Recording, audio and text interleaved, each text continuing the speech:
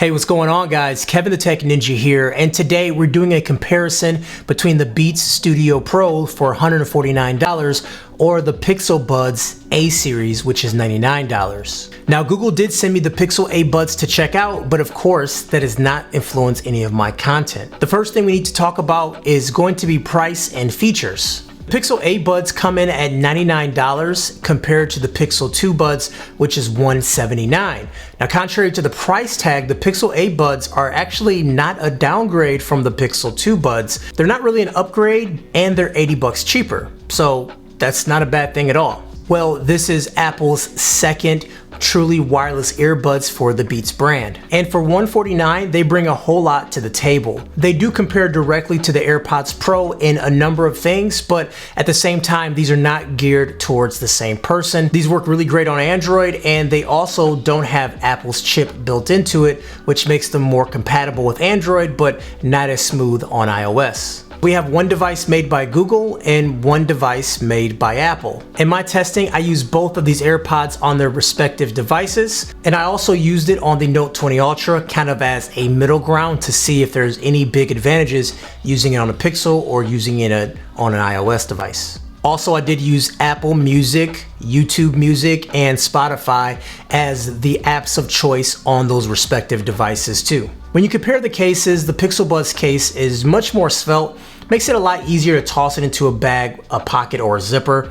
Now, both cases are designed to charge the earbuds. In my testing, the Pixel Buds will net you around 5 hours of mixed usage between phone calls and music, where the Beats landed me around 5 hours with noise cancellation on, but with noise cancellation off, I got 8 hours total. Using the case with the Pixel Buds, you get up to 11 additional hours, and for the Beats, the case will get you 16 additional hours with active noise cancellation off or 10 hours with active noise cancellation on. Now, for truly wireless earbuds, comfortability is something that is extremely subjective. Some people can't fit these things in their ears, and some love them, some hate them. So this is gonna be my personal opinion. I find that I can wear both for an extended amount of time. I'm talking between 4 to 5 hours. Anything beyond that, then it starts to get sore. I do find the Pixel Buds, since they're a little bit bigger, I do feel that they rest in my ear and not really applying pressure to my ear canal like they do with the Beats. Both are still pretty comfortable, but I do have to give the nod to the Pixel Buds as far as comfortability over a long wear. And during my testing, I walked around town, I hit golf balls, and I did some light exercises just to see which ones will stay in my ear the best. And I can honestly report that both stayed in my ear just fine. I do feel that the Beats will stay better during rigorous activity just because they are more of a snug fit. To test sound quality, I played songs that I knew very well. The first song I played was One Mic by Nas. You know, with that song, there's a lot going on from the sirens, the snares, the kicky bass, and some pretty crafty reverb from Nas's vocals. I found both buds were attempting to do two different things when listening to the music, and both achieved a pretty good result. Like the Pixel Buds, I found that I heard more subtle sounds in the backgrounds. On the Beats, the bass would be sometimes drown out those subtle sounds. But overall, I did like how the Beats sounded better. But once again, that's my personal preference because I like bassy music. I like hip hop music. So the more bass, typically for me, the better. Now switching over to a different song. This one right here is from Hamilton soundtrack. This is Wait For It.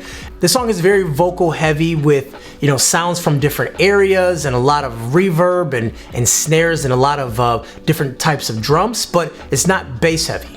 I found the Pixel Buds just did an amazing job with the song. A Broadway show, you heard people singing from different directions, different areas, and I felt that sounded really good. Now with the Beats, it didn't sound bad, but it ended up sounding a little bit muddy when a lot of singers were singing at once because there wasn't that much bass, and it felt like the Beats was trying to pull in some bass from somewhere, and it just didn't sound the same. Didn't sound bad, don't get me wrong, but it didn't sound like the Pixel Buds, which I felt was a better representation of how it actually wanted to sound. Now going back and forth between these earbuds for quite some time now, I did find that the Beats were more fun to listen to, but if I wanted something more accurate, then of course the Pixel Buds would have just made more sense. So I did have to test the microphone because I take a lot of phone calls using the earbuds. I don't like having the phone on speaker or putting it to my ear. Usually an earbud, I can take a call. This is an audio sample of the Beats Studio Buds. Do you hear the complaints that people are saying where it sounds like I'm sort of muffled or even underwater? Let me know in the comments. Here's the audio from the Pixel A buds. Do you hear a difference between these and the Beats? Let me know in the comments. And the last thing we need to talk about is going to be the active noise cancellation. The Pixel Buds do not have this at all, and the Studio Buds do.